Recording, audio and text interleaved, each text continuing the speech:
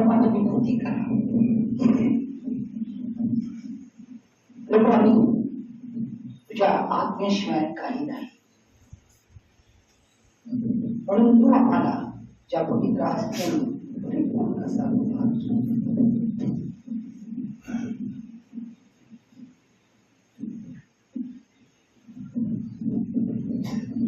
आणि माझ्या देवा, कारण तू आम्हावर प्रेम करतो आणि तुझं प्रेमच आज आम्हाला तुझ्या पवित्र चरणी बोलून आणलेला आणि तुझी स्तुती, आराधना आणि भक्ती आज तू आत्म्याच्या प्रेरणा आणि सामर्थ्याने करून घेतलेला आहे. आम्ही तुला धन्यवाद धन्यवाद आणि धन्यवाद देतो. यावेळेला प्रभू तुझ्या पवित्र आत्म्याच्या सामर्थ्याने आम्हा प्रत्येकाशी बोल, कारण तुझी वचनं तुझ्या जीवनासाठी प्रकाश आणि आमच्या पावलासाठी तो दिवा आहे. आज तू बोलत असताना तो ऐकणारे कान, समजणारे बुद्धिमत्ता असे समजत असताना त्याप्रमाणे वागणं, चालणं, राहणं, अंधविश्वासामध्ये लागून तुझं साक्षी या जगात बनण्याकरिता जो अभिषेक तो मला दिलेला आहे त्याचा अनेक पटीने आमच्यामध्ये वाढ यापुढील सर्व वेळा तुझ्या हाती देतो, तुझ्या आत्म्याच्या सामर्थ्याने सांगू. आमेन आमेन आमेन. हालेलुया हालेलुया हालेलुया हालेलुया हालेलुया. यावेळेला आपण निर्गमचं 18वा अध्याय काढूया.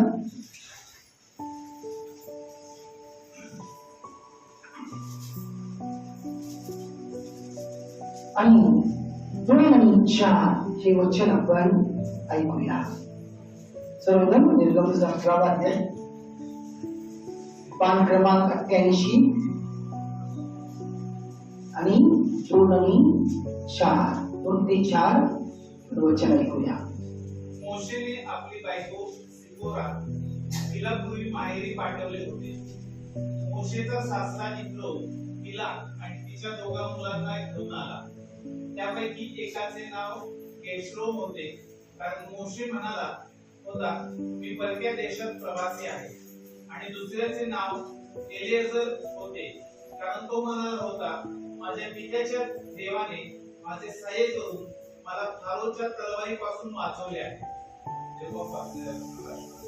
हालेलुया हालेलुया हालेलुया हालेलुया हालेलुया हालेलुया. आजचा हा जो संदेश आहे या महिन्याचा, तो पहिला रविवार आहे नवीन महिन्याचा. आणि आजचा जो संदेश तो खूप महत्वाचा आहे. सध्या म्हणून बारकाईने तो ऐका आणि समजून घ्या. ऐकून काय करायचं आहे? समजून घ्यायचं आहे. हालेलुया हालेलुया हालेलुया हालेलुया.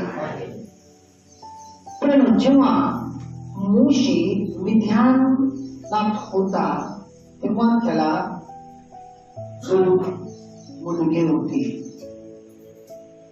आणि त्याच्या पहिल्या मुलाचं नाव गेर्शोम होते. आणि गेर्शोम याचा अर्थ आहे तेथे उपरी असणे. गेर्शोम याचा अर्थ आहे तेथे उपरी असणे. हा मुलगा मोशेच्या जीवनात आला जेव्हा मोशे मिद्यानात असताना हा झालेला होता. यावरून असे दर्शवते की मोशेच्या मनात माहित होते की परमेश्वर देवाने त्याला बोलावलेला आहे त्याच्या लोकांची सुटका करण्याकरिता. परमेश्वर देवाने त्याला बोलावलेला आहे कशासाठी? परमेश्वराच्या लोकांची सुटका करण्याकरिता. एक वचन वाचूया म्हणजे तुमच्या लक्षात येईल. इब्रिकराचा आपण 11वा अध्याय काढूया. इब्रिकराचा 11 अध्याय आणि 25 ते 27 हे वचन आपण ऐकूया. इब्रिकराचा 11 अध्याय 25 ते 27. हा. पापाचे क्षणिक सुख भोगणे पापाचे क्षणिक सुख भोगणे यापेक्षा देवाच्या लोकांबरोबर देवाच्या लोकांच्या बरोबर दुःख सोसणे हे त्याने पसंत करून घेतले. कोण कोण मोठे मोशे. लक्षात घ्या, सर्वजण उत्तर देणं गरजेचं आहे. हालेलुया. हा, कोण पसंत केला? मोशेने. पुढे ख्रिस्ता प्रित्यर्थ विटंबना सोसणे ही मिसर देशातील धनसंचयापेक्षा अधिक मोठी संपत्ती आहे असे त्याने गणले, कारण त्याची दृष्टी प्रतिफळावर होती. हा. त्याने राजाच्या क्रोधाला न भीता विश्वासाने मिसर देश सोडला, कारण जो अदृश्य आहे. कोण अदृश्य आहे? परमेश्वर. हा, अदृश्य आहे. त्याला पाहत असल्यासारखा त्याने धीर धरला. म्हणजे मोशेला हे जाणवत होत, मोशेला हे काय म्हणतात त्याला प्रकट होत होत की देव मला बोलवलेला आहे, देव मला पाहत आहे. आणि म्हणून मोशेनी काय केलेलं आहे? मिसर देश सोडण्याचा त्यानं निर्णय घेतलेला आहे. बघा, निर्णय घेतलेला आहे. कारण तो त्या जो राजा होता फारो, त्याची त्याला भीती नव्हती. कारण परमेश्वराच्या बोलवल्याने त्याला कोठेही एक ठिकाणी राहू दिलेला नाही. ज्यावेळेला परमेश्वर त्याला बोलवलेला होता तो कुठे एका ठिकाणी राहिलेला नाही, राहिलेला नाही. तो कोठेही एखाद्या ठिकाणाचे नागरिकत्व देखील तो स्वीकारलेला नाही. आता आपल्याकडे बघा नागरिकत्व आहे. काय आहे नागरिकत्व? भारतीय. त्यासाठी आपल्याकडे काय पुरावा आहे? आधार कार्ड आहे. आपल्याकडे आधार कार्ड आहे, वोटिंग कार्ड आहे, पॅन कार्ड आहे. हे दाखवते आपण या भारताचे नागरिक आहोत. तसं मोशे जवळ त्यानं कोणत्याही भागाचा नागरिकत्व घेतलेला नाही. त्याचे मन व प्राण परमेश्वराच्या लोकामध्ये अडकलेला होता. परमेश्वराच्या लोकामध्ये अडकलेला होता.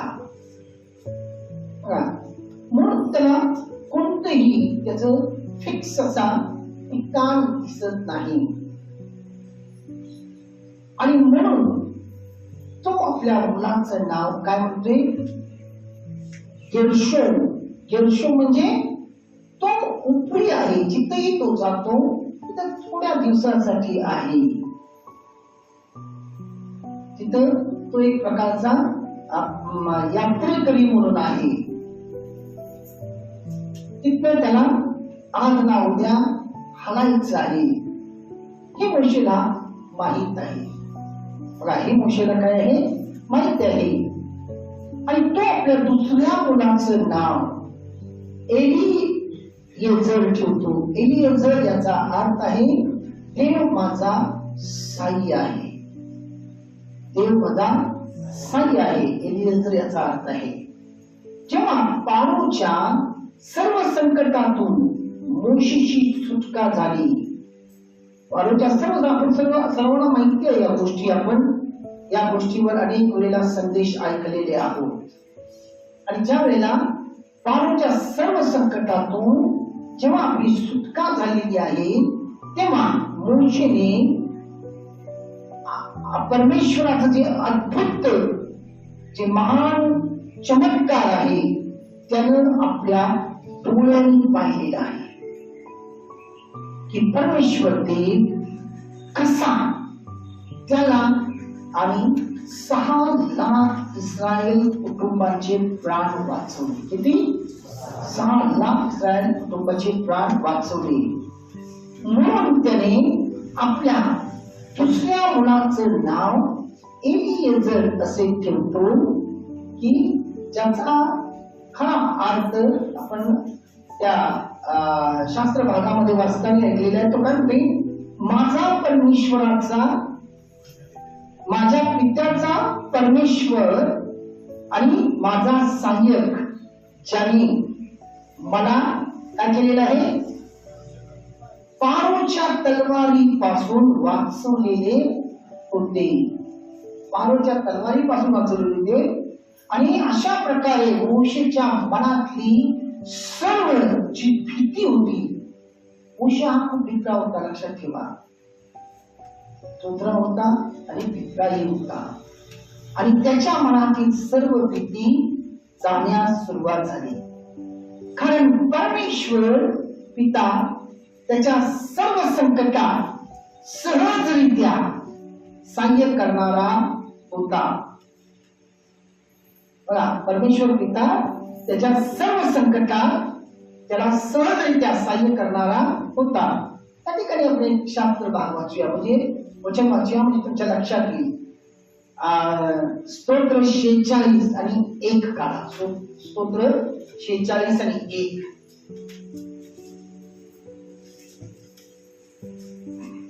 हा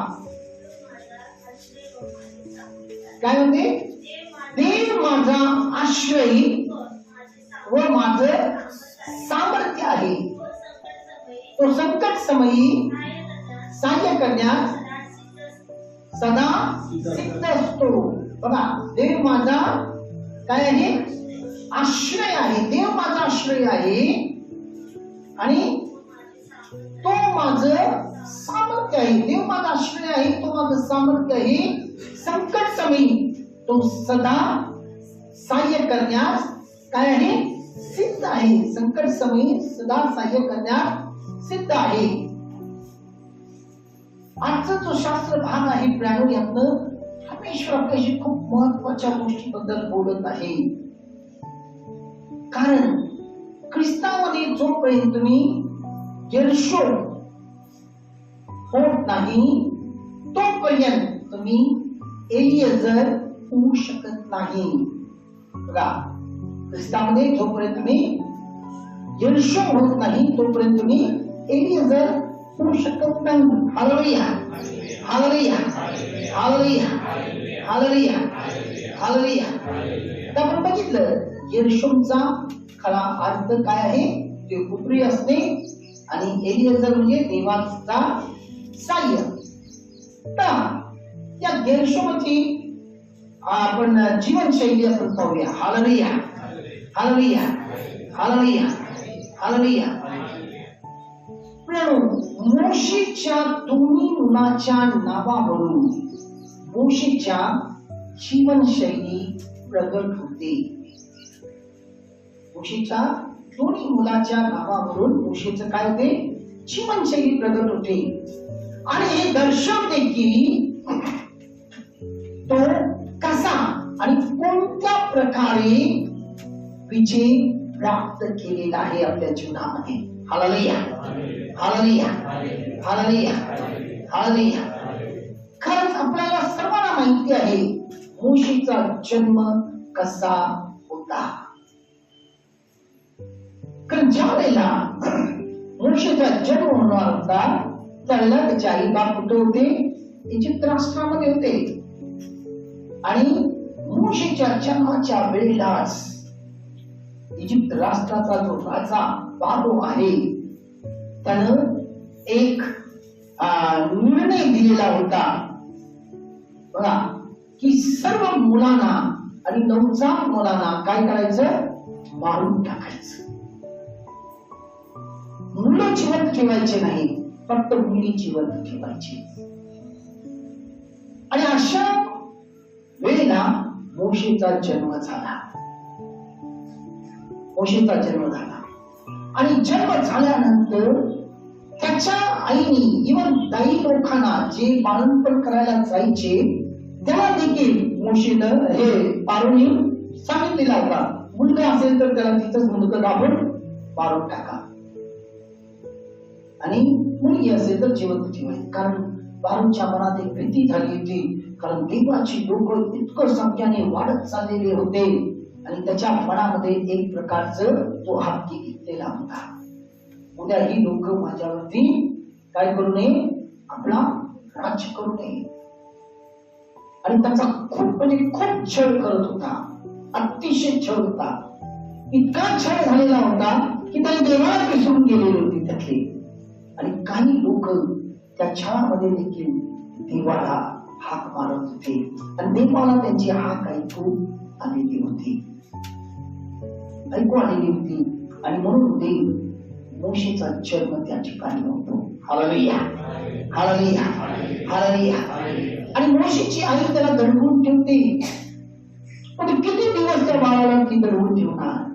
शेवटी ते उघडकीला येणार आणि त्यावेळेला आता त्याच्यामध्ये खूप मोठी खोल गोष्टी आहे. ती एका बुट्टीमध्ये डांबर लावते आणि डांबर लावून त्या बाळाला तिथं ठेवते. त्या डांबराच्या त्या बुट्टीमध्ये त्याच्या मागे त्याचं खूप मोठं शास्त्र म्हणजे हे आहे, प्रगटीकरण आहे.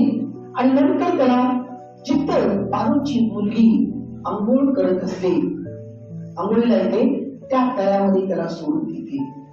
आणि ज्या वेळेला मोशे इतका देखणा असतोय, लहानपणापासून आकर्षक असतोय, त्या मुलीच्या राजकुमारीच्या नजरेला जाते आणि ती म्हणते, हा बाळ किती सुंदर आहे.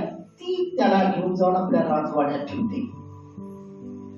देवाने त्याला जन्म दिला आणि त्याच्याबरोबर त्याचं काय केलेलं आहे, संरक्षण केलेलं आहे. आणि देवाचं संरक्षण पूर्ण प्रोटेक्शन आहे आणि लक्झरी मध्ये आहे, सुखसुखित आहे. त्याच्यामध्ये खूप विचार करण्यासारखा आहे. पण तो देवाने त्याला कधी त्याच्या आईपासून दूर केला नाही. आणि मोशेची बहीण बघत असते आणि नंतर ती राजकुमारीला जाऊन सांगते, बाळ खूप रडत आहे, मी एखाद्या गाईला त्याला दूध पाजण्यासाठी बोलू का बाईला, एखाद्या बाईला म्हणते आण. मोशेची आईला ती घेऊन जाते. मोशेची आई त्या ठिकाणी काय आहे, त्याची ताई म्हणून जाते आणि ती त्याला दूध पाजत असते. म्हणजे मोशेला देवाने त्याच्या आईपासून दूर केला नाही. परंतु मोशेचं जीवनाचं जर बारकाईनं पाहिलं तर तो आपल्या लोकांमध्ये असताना देखील काय होता, गेरशोम होता. म्हणजे आपल्या लोकांमध्ये तो जगत होता, पण तो कसा जगत होता, उपरी असल्यासारखा जगत होता. बघा, उपरी असल्यासारखा जगत होता. आणि हे जगणं त्याचं काय दाखवते की त्याला स्वर्गीय बोलावणं आलेलं आहे म्हणून तो जिवंत आहे. त्याला स्वर्गीय बोलावणं आलेलं आहे म्हणून तो जिवंत आहे. कारण तो आपल्या लोकांमध्ये असूनही मेल्यात जमा होता. काय म्हणतोय समजते सगळ्यांना? आपल्या लोकांमध्ये असतानाही तो काय होता, मेल्यात जमा होता. आणि त्याचं पुढचं आयुष्य जर बघितलं, तो त्या राजवाड्यामध्ये अतिशय सुखात वाटलेला आहे. देवाने त्याला सर्व प्रकारचं शिक्षण त्याला पूर्णपणे त्याला दिलेलं आहे. बघा, शिक्षण दिलेलं आहे, सर्व प्रकारचं त्याला शिक्षण मिळते, जे जगिक शिक्षण आहे सर्व मिळते, सर्व सुखसुखीत असतोय. परंतु त्या ठिकाणी असूनही तो त्या ठिकाणचा नव्हता मिळाला. बघा, कारण तो कोण आहे, तो गेरशोम होता, उपरी होता. म्हणून ना तो पारोच्या त्या राजवाड्यामध्ये राहू शकला शेवटपर्यंत, ना राहिलेला आहे, किंवा तो त्यानंतर तो जेव्हा पळून येतो आणि त्याला जी काही त्याचं लग्न होते त्याच्या पत्नीच्या म्हणजे सासरी तो जावाई म्हणून राहतो. म्हणा काय म्हणतात त्याला, घर जावाय. तिथं तो राहू शकला असता घर जावाई म्हणून, कारण जो येतो त्याचा सासरा तो त्याला खूप मानायचा आणि प्रेम करायचा, कारण आपली मुलगी होती, मुलगी तो दिला. आणि तो त्या ठिकाणी तो सासरी ही आपलं काय करत नागरिकत्व घेऊन तिथं राहू शकला असता, पण तो बावरच्या राजवाड्यात राहिला. देवाने त्याला बरोबर बाहेर काढलं, कारण त्याच्यामध्ये कोणता रक्त होता, तर त्याच्यामध्ये यहुद्यांचं रक्त होतं, इस्रायल होता तो देवाचा. आणि ज्यावेळेला देवाच्या लोकांचा जीव होताना तो बघतो आणि त्याच्यामध्ये अचानकपणे इतका राग येतो आणि तो एका त्या इब्री माणसाला, इजिप्त राष्ट्राच्या त्या एका सैन्याला जिवंत मारून टाकतो, म्हणजे त्याचा मर्डर करतो. थोडक्यात करायचं म्हणून करत नाही, झटापटीमध्ये त्याचं मर्डर होऊन जातो. आणि नंतर त्या भीतीमुळे त्याला तिथं पळ काढायला लागते. यामध्ये देवाची योजना होती. देवाला त्याला पासून, त्या सुखसोयीपासून, त्या काय म्हणतात त्याला, त्या जो तो भोगत होता या गोष्टीपासून तो त्याला बाहेर काढला. कारण त्याचं लक्ष तो नव्हता, त्याचं लक्ष होतं देवाच्या लोकांना सोडवायचं. आणि तिथून त्याला बाहेर काढतो. बघा, तिथून त्याला बाहेर काढतो आणि बाहेर काढून ते त्याला त्याच्या सासऱ्याच्या ठिकाणी नेऊन ठेवतो. आणि तिथं त्याला पत्नी मिळते, सासरा मिळतोय. आणि त्या ठिकाणी राहताना पुन्हा देवाचं दर्शन त्याला होतं. बघा, देव त्याला अग्नीच्या झोडपातून त्याला दर्शन देतो. अजूनही ती जागा आहे तसंच. हालेलुया, हालेलुया, हालेलुया. आणि त्या ठिकाणी देवाचं दर्शन झाल्यानंतर त्याला वाणी येते. नंतर त्याला पुन्हा इजिप्त राष्ट्रामध्ये देव त्याला घेऊन येतो. म्हणजे तो कुठेही स्थिर नाही. म्हणून तो आपल्या मुलाचं नाव काय ठेवलेलं आहे, गेर्शोम ठेवतो. म्हणजे तो काय आहे, उपरी आहे. धड इकडं धड तिकडं तो सतत काय आहे, फिरत आहे. हालेलुया, हालेलुया, हालेलुया, हालेलुया. आणि नंतर बायबल असं सांगते, त्याच्या जीवनातील अधिक जो वेळ आहे तो फक्त तो परमेश्वराच्या लोकांमध्ये गमावले म्हणजे घालवलेला आहे. आणि परमेश्वराच्या शोधामध्ये तो घालवलेला आहे. हालेलुया, हालेलुया, हालेलुया, हालेलुया. कारण वयाच्या 40 वर्ष तो फक्त परमेश्वराच्या लोकांमध्ये आणि परमेश्वराला शोधण्यामध्ये तो आपलं जीवन पूर्णपणे घालवलेलं आहे. कधी कधी तो आपल्या लोकांमध्ये यायचा आणि आपल्या लोकांबरोबर राहायचा. पण आपल्या लोकांमध्ये येऊन आपल्या लोकांबरोबर देखील तो यासाठी येत होता की देवाच्या ज्या योजना आहे देव जो त्याला सांगायचं त्याच्या लोकांच्या योजनेबद्दल, त्या योजनेला घेऊन तो आपल्या लोकांमध्ये यायचा आणि लोकांना त्या गोष्टी तो त्यांना सांगत होता. हालेलुया, हालेलुया, हालेलुया, हालेलुया. तर या ठिकाणी बायबल आपल्याला काहीतरी सांगते की मोशेची हाक जी होती देवाच्या लोकांच्यासाठी होती आणि देव त्याच्याद्वारे त्याच्या लोकांचं सुटका आणि त्याच्या लोकांना मार्गदर्शन, त्याच्या लोकांचं संरक्षण तो करत होता. आज आपल्या सर्वांना देवाने बोलावलेलं आहे. बघा, आपण सर्वजण देवाची हाक ऐकून आज देवाजवळ आलो आणि देवाबरोबर काय झालेले आहोत, आपण एक झालेले आहोत. बरोबर? हॅलो, मोठ्याने हालेलुया, हालेलुया, हालेलुया, हालेलुया. आज देवाने आपल्याला बोलवलेलं आहे. आपण देवाची हाक ऐकून देवाजवळ आलेली आहोत. तर आज आपण आत्मचिंतन करूया की आपण कोणाबरोबर जास्त आहोत. बरोबर, आपण कोणाबरोबर जास्त आहोत. आपल्या लोकांबरोबर, त्या जगामध्ये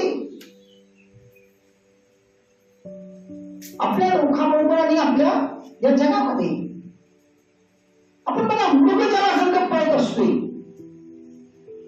या जगाच्या माग, या जगाच्या माग. आणि आपला जास्त वेळ आपल्या लोकांमध्ये असते. आताही बघा तुम्हाला सांगतो, प्रार्थना सुरुवात झाली. मी नेहमी सांगतोय लोकांना की प्रार्थना सकाळी 10 वाजता असते. प्रार्थना 10 वाजता असते म्हटल्यानंतर आपल्याला किती वाजता निघायला पाहिजे? बोला, तुम्ही मला सांगा किती वाजता? हॅलो,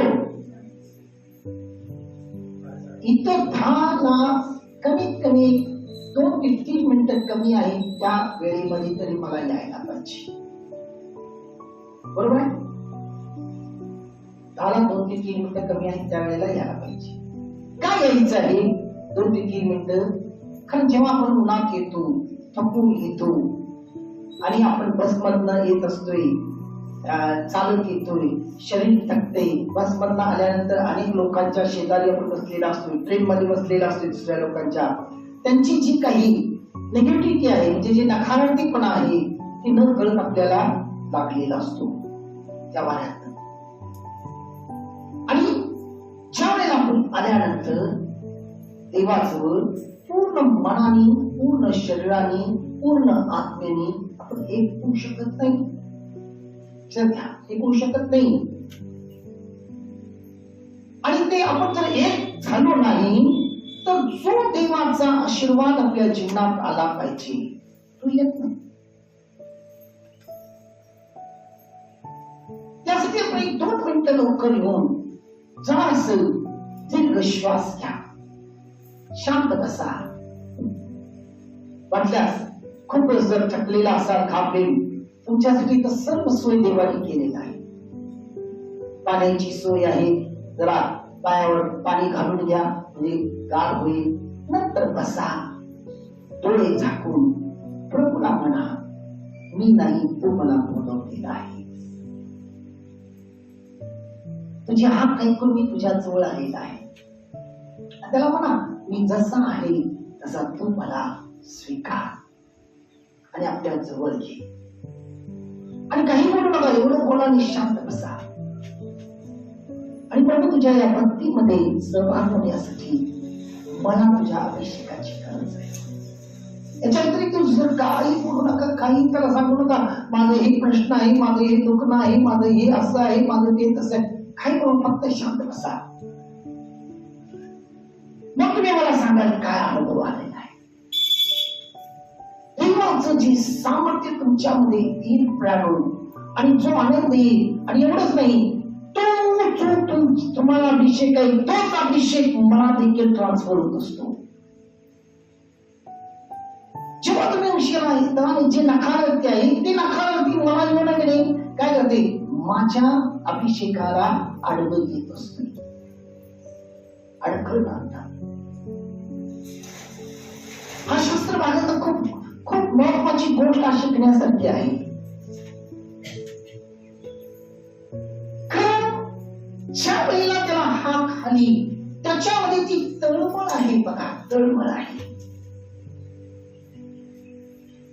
आणि सर्व असताना देखील तो त्याचा उपभोग घेत नाही.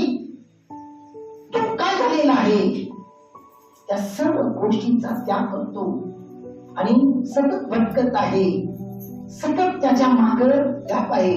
म्हणजे यातून परमेश्वर दुसरी एक गोष्ट आपल्याला महत्वाचं सांगत आहे, आणि ते काय आहे की ज्या वेळेला तुमच्या जीवनात प्रॉब्लेम्स आहेत, ज्या वेळेला तुमच्या जीवनात अडचणी आहे, ज्या वेळेला तुमच्या जीवनामध्ये संकट आहेत, दुःख आहे, अडखळ आहे, अडचणी आहे, त्याला इंग्लिश मध्ये म्हणतात ब्रेक थ्रू. ब्रेक थ्रू म्हणतात. ब्रेक थ्रू याचा अर्थ काय, तो त्या ठिकाणी तुम्हाला यासाठी थांबवत नाही, अडखळून आणलेला आहे नाही, तो तुम्हाला प्रमोट करत आहे. तुम्ही काय होत आहात, तुमचं प्रमोशन होत आहे. प्रमोशन म्हणजे काय, तुमची वाढ होत आहे. कशामध्ये, देवाच्या अधिक आणि अधिक जवळ जाण्यासाठी. देवाच्या अधिक आणि अधिक जवळ जाण्यासाठी तुमचं वाढ होत आहे. आणि म्हणून तो राजवाड्यात होता, सर्व सुख सोयीमध्ये होता, सर्व गोष्टी होता, आनंदात होता. आज आपण काय विचार करतोय बघा, कशाला मध्ये पडायचं त्याच्या मध्ये पडून आपल्या अंगावर कशाला बोलून घ्यायचं. पण मग ते आपला एखादा भाऊ अडचणीत आहे, संकटात आहे, ती तळमळच नाही आपल्यामध्ये. तसंही मोशेमध्ये काय आहे,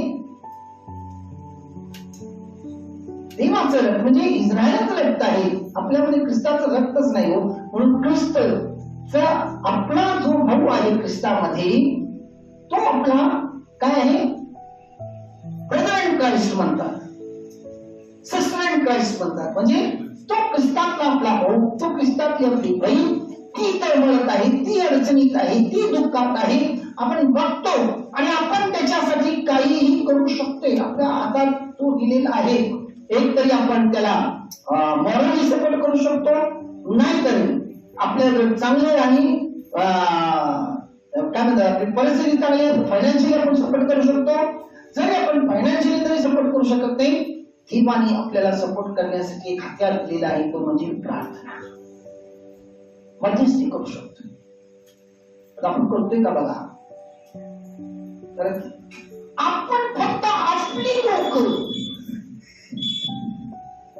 आपली लोक, आपला समाज, दुसरं कोणीही असू दे, बोलत जाऊ दे, आपलं कुटुंब, आपली लोक, आपला मुलगा, आपली बायको, आपलं लेकरं, बघा सगळं आपलं. खरोखर जर बघितलं, आज देवाने आपल्या लोकांसाठी इतकं करून ठेवलेलं आहे, वाट लागत चाललेली आहे सगळं. त्याच्यावर दुसरी लोक कब्जा करत आहेत. ते आपल्या स्वार्थपणावर, कारण आपल्यामध्ये ती रक्तच नाही. पण मोशेमध्ये तो रक्त नव्हता. मोशेमध्ये जो रक्त होता तो देवाचा रक्त होता, देवाच्या दुःखांचा रक्त होता. म्हणून त्याच्या समोर जेव्हा त्याच्या भावाचं एखादा अन्याय होत आहे, तो बघून तो त्याच्याशी झुंजतो आणि त्या झुंजीमध्ये ऍक्सिडेंटली अपघात खाली त्या व्यक्तीचा मृत्यू होतो, त्याला सोडून पळायला लागते. यामध्ये देवाची योजना असते. तो मारायचा म्हणून मारत नाही, तो मेला मग त्याला जाणं बा, कारण देवाने त्याला तिथं ब्रेक थ्रू दिला, त्याला बाहेर नेला. कोणत्या त्या राजवाड्यातल्या सर्व सुख सोयी पासून त्याला बाहेर नेला. किती मोठी गोष्ट आहे बघा. देवाने जेव्हा हा शास्त्र मला दिला, मी मनन करत होतो, इतकं म्हणजे मी त्यामध्ये रमलेलो होतो. कारण मी ऍक्च्युली इथं नव्हतो, मी बाहेर होतो आणि कालच मला थोडा वेळ मिळाला आणि त्यामध्ये देवा प्रार्थना करताना आणि मी इतकं त्यामध्ये हे गेलं, एकामागे एक गोष्टी येत गेल्या आणि वेळ कसा गेला हे मला समजला. खरं तो तिकडनं गेला आणि या सगळ्या सुखसोयीत तो तिथं गेला. असं होते की देवाने मग वाचवूच का त्याला तिथं. आता हे सगळं सोडून पुन्हा त्या रानावनात बोलत फिरणं हे भाग पडलं त्याला. असं वाटते आपण म्हणते बघा, एवढं चांगलं होतं, सगळं वाट लागली माझी, सगळं हे झालं. लागण्यामागं काय आहे, त्यामध्ये देवाचा काहीतरी संकल्प आहे. देवाचा काहीतरी संकल्प आहे. म्हणून इर्मिया सुंदर तरी म्हणतोय 29व्या अध्यायामध्ये की देव तुमच्याबद्दल काहीतरी संकल्प केलेला आहे, ते तुम्हाला आता कळणार नाही, ते तुमच्या भावी जीवनासाठी आहे. म्हणून जे काही येते तुमच्या समोर, त्याच्या मागे काहीतरी उद्देश आहे. हे जे काही परमेश्वर आपल्याला विश्वासात असताना जेव्हा भटकू देते, लक्षात ठेवा, ते तुमच्या जीवनामध्ये काहीतरी मोठी गोष्ट आहे. म्हणून तो जोपर्यंत म्हणून होता, तो फक्त उपरी होता, त्यावेळेला तो आपल्या देवाच्या लोकांच्या मध्ये आणि देवाबरोबरच तो राहत होता. जास्त देवाबरोबरच राहत होता. तुम्ही बघा, आज तुम्ही जोपर्यंत गेरशो बसताय, गेरशो म्हणजे तुमच्या वेळेला प्रॉब्लेम मध्ये येतात, ज्या वेळेला संकटात येतात, ज्या वेळेला अडचणीत येतात, ज्या वेळेला तुमच्या जीवनामध्ये काहीतरी आपत्ती, त्यावेळेला कुठं पळताय जास्त? देवाकडे पळताय. जोडताना राहतोय आपण, देवाला जाऊन म्हणतोय देवा, आणि ओढतोय बुडतोय सगळं काय करतोय. का? कारण तुमच्यामध्ये एक प्रकारची भीती आहे. कोणाची? जगाची भीती आहे. जगाची भीती आहे. त्या जगाच्या अधिपत्याची भीती आहे.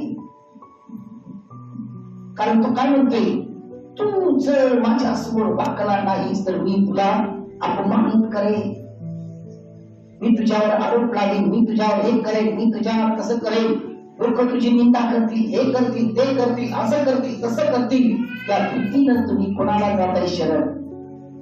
बोला बोला की देवाला जाताय. हॅलो, तुम्ही जर बोलला नाही तर मला असं वाटेल की तुम्हाला काय समजतच नाही मी काय बोलतोय. मग आपण इथं संपूया, आपण प्रार्थना घेऊया. आणि कारण देव प्राण प्रत्येक हा जो वचन आहे तुमच्यासाठी जीवन आणि आत्मा आहे.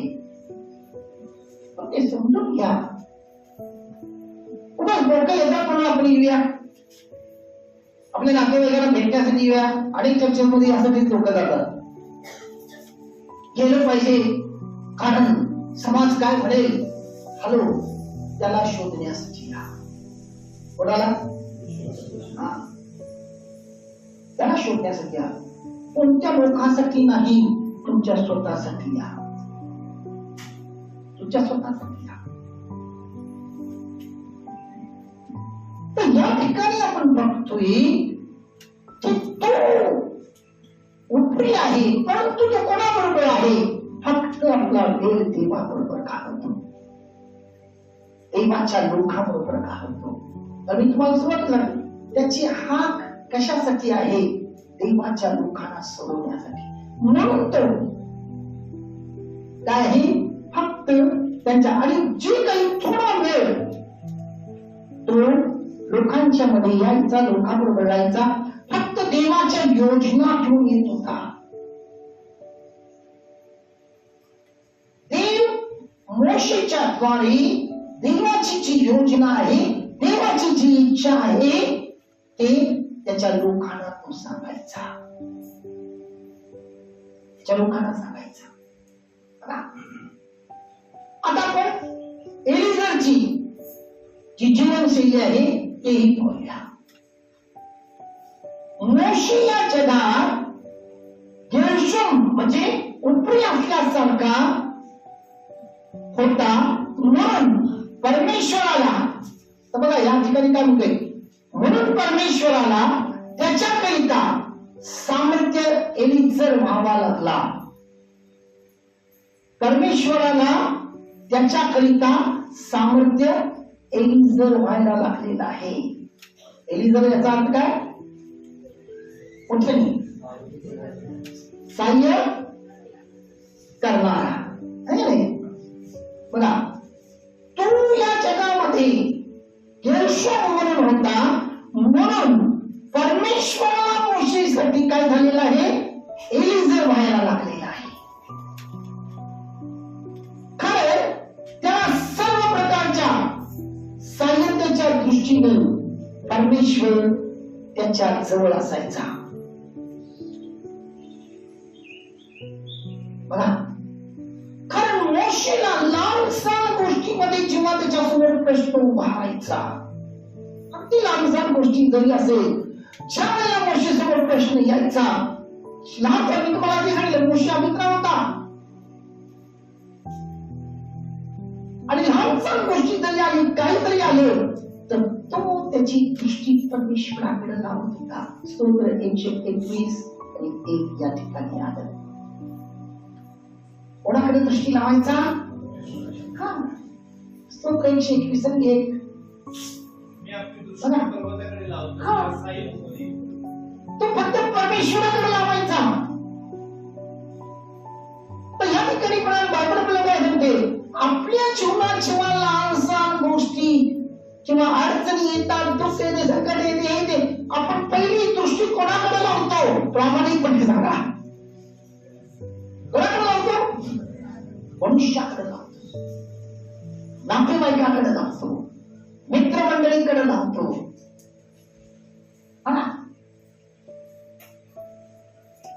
आज बायबल आपल्याला शिकवत आहे, काय सांगते? लहानसहान गोष्टीमध्ये मोशेची दृष्टी परमेश्वराकडे होता, कारण तो प्रिय होता. आज आपली दृष्टी कोणाकडे असणं गरजेचं आहे? म्हणून जोपर्यंत मी ख्रिस्तात यरूशलेम होत नाही, तोपर्यंत तुम्हाला एलिझर होता येणार नाही, होऊ शकत नाही. हालेलुया, हालेलुया, हालेलुया, हालेलुया. या ठिकाणी लहानसहान गोष्टीसाठी जेव्हा मोशे देवाजवळ आपली दृष्टी लावायचा आणि देव त्याच्यासाठी सामर्थ्यशाली एलिझर होऊन त्याच्या पाठीशी तो उभा राहायचा. हालेलुया, हालेलुया, हालेलुया, हालेलुया, हालेलुया. कारण बायबल म्हणते परमेश्वर नेहमी त्याच्याकरिता सहज मिळणारी सहाय्यता तो झालेला होता. परमेश्वर मोशेसाठी नेहमी सहज मिळणारी सहाय्यता झालेला होता.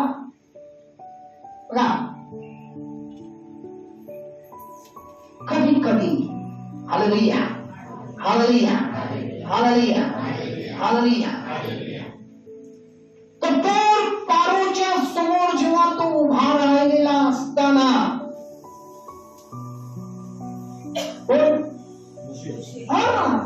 मोशे उभा राहिलेला असताना, आता मला बरं वाटते कारण तुमचं लक्ष माझ्याकडे आहे आणि पवित्र आत्म्याच्या वाणीकडे आहे. माझी वाणी नाही, ती पवित्र आत्म्याची वाणी आहे. श्रद्धा किंवा त्या पारोचे जे दुष्ट जादूगार लोक होती त्यांच्या समोर तो असताना परमेश्वर मोशेच्या पाठीशी उभा होता, उभा होता. आणि म्हणून मोशे सहजपणे त्याला तोंडच दिलेला नाही, तर त्याला त्या ठिकाणी हरवलेला आहे. हालेलुया, हरवलेला आहे. जेव्हा परमेश्वर म्हणतो मोशेला काठी टाक, तो काठी टाकताच तिथं साप होऊन उभा राहतो पारोसमोर. पारोचे जादूगार काय करतात? हे का आम्ही बी करू शकतो, नाही का? हे आम्ही बी काठी टाकलो आणि ते साप तयार केले. बायबल काय म्हणते? मोशेचं जे साप त्यांच्या सापाला काय केलेलं आहे? खाऊन टाकलेलं आहे, पिळून टाकलेलं आहे. God is great. हालेलुया, हालेलुया, हालेलुया, हालेलुया. आज आपल्याला लक्षात घ्या, इथं तुमच्या लक्षात येईल तुम्ही कोण आहात या जगासाठी. तुम्ही कोण आहात? तुम्ही स्वतःला साधारण लोक सुचू नका आणि तुमच्या मनामध्ये येणारा सर्व नकारात्मक विचार, सर्व प्रकारची भीती काढून टाका पुढे. हालेलुया, हालेलुया, हालेलुया. एवढंच नाही, बायबल म्हणते मोशे 80 वर्षाचा वृद्ध होता, परंतु तो देवाच्या लोकांचं पुढाकार करत असताना सामर्थ्यशाली जे राजे होते, अनेक राजे एकत्र येऊन जेव्हा अटॅक केले देवाच्या लोकांच्यावर, मोशे प्राडू तर 6 लाख इस्रायल कुटुंब होते, म्हणजे करोडो लोक होते, करोडो. जर त्याचे कॅल्क्युलेशन करत गेला, कारण त्यावेळेला कुटुंब जो होता, हम दो हमारे दो, हम दो हमारे एक असं नव्हतं. हम दो हमारे 25, हम दो हमारे 50 असे होते. हालेलुया, हालेलुया, हालेलुया. आज तुम्हाला दोघांना सांभाळणं अवघड पडते, एकाला सांभाळणं अवघड पडते, आवडत नाही म्हणताय. त्यावेळेला इतकी दुःख असायचे आणि ते कसं सांभाळत असतील, कसं सांभाळत असतील, हे खूप महत्वाचं आहे. हे सांभाळणारा लोक नव्हते किंवा मोशे नव्हता, सांभाळणारा परमेश्वर. हालेलुया, हालेलुया, हालेलुया. आणि ज्या वेळेला ही सर्व राजे एकत्र येऊन जेव्हा अटॅक करायला जायचे, त्या सर्वांना त्या हातून मिळालून या करोडो लोकांना आणि स्वतःला मोशे लढून त्याला देवाच्या सामर्थ्याने वाचवत होता. हालेलुया, हालेलुया, हालेलुया. कारण परमेश्वराचं सामर्थ्य त्याच्यामध्ये होतं म्हणून तो त्या सर्वांना सोडवायचा आणि त्या सर्वांची तो सुटका करायचा. आज जेव्हा तुमच्या जीवनात एक लहानसा प्रॉब्लेम होते, कुटुंबामध्ये, तुमच्या लेकरांच्या मध्ये, तुमची लेकरं ऐकत नाही, लेकरं भरकटले गेले, हे गेले, तुमच्यात तो सामर्थ्य आहे का? आपण चिंतन करा. तुमच्यात तो सामर्थ्य आहे का? तुमच्यात आहे काय आहे? अयो, माझ्या मुलानं माझ्यावर हात उचलला, ज्याला मी एवढं सगळं गेलो ते माझ्यावर चालत आला. आज तुमच्या मुलाला तुम्ही काय म्हणताय, खाऊन खाऊन त्याला चांगलं काय म्हणतात कोंड केलेला आहात, परंतु तुम्ही व्यसन न घातल्यामुळे त्याला आवडता येत नाही. तुम्हाला भीती वाटते, तुम्हाला वाटते माझ्यात कुठं ताकद आहे, तो माझ्या अंगावर आला, तुम्ही काय करू? सामर्थ्य आहे का? याचं कारण काय? सामर्थ्य तुम्ही नाही, सामर्थ्य देव आहे. पण जखऱ्यामध्ये बायबल म्हणते, बळाने नव्हे, पराक्रमाने नव्हे, माझ्या आत्म्यानं कार्य सिद्धीस आहे. कारण तुम्ही जर परमेश्वरामध्ये उतरी आहात तर परमेश्वर तुमच्यासाठी सामर्थ्यशाली एलिझर म्हणून उभा आहे. एलिझर म्हणून उभा आहे.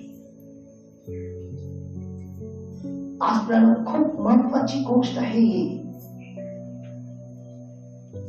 या आजच्या या शास्त्र भागात देव तुम्हाला हे दाखवत आहे, माझ्याशिवाय तुम्ही काही नाही,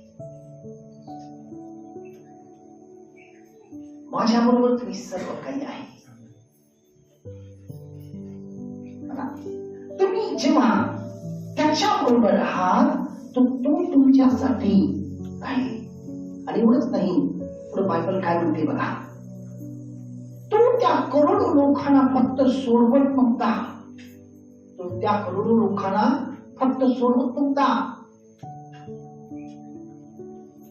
एक वचन वाचूया म्हणजे तुमच्या लक्षात येईल. गणना 11 आणि 12 काढा.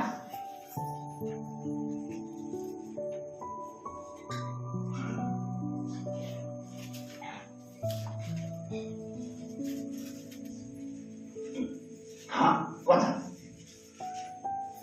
मी या सर्व लोकांचे गर्भधारण केले आहे काय? यांना मी प्रसवलो आहे काय? आता मोशे वैतागून म्हणत आहे परमेश्वराला, मी या सगळ्यांचं गर्भधारण केलेलं आहे का? मी यांना प्रसवलेला आहे.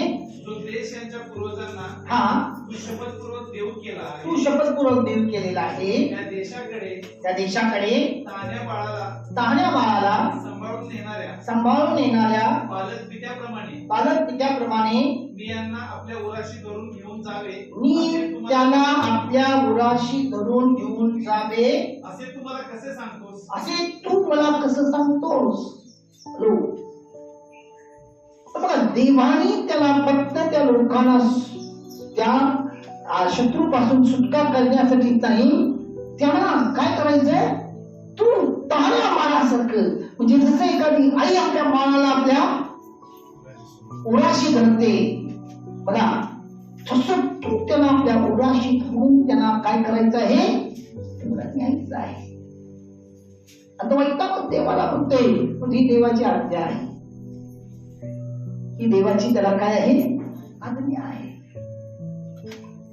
हॅलो, ही देवाची आज्ञा आहे. हालेलुया, हालेलुया, हालेलुया, हालेलुया. म्हणून एक लक्षात ठेवा, ख्रिस्ती जीवन जे आहे, जोपर्यंत तुम्ही गेरशो होत नाही तोपर्यंत तुम्ही एलिएझर होऊ शकणार नाही. एलिएझर होऊ शकणार नाही. तुम्ही तुमच्या मुलांना बाहेरचं सोडून टाका. तुम्ही सियोनात म्हणतोय तो सेवा, आणि प्रत्येक ख्रिस्ती व्यक्ती हा सेवक आहे.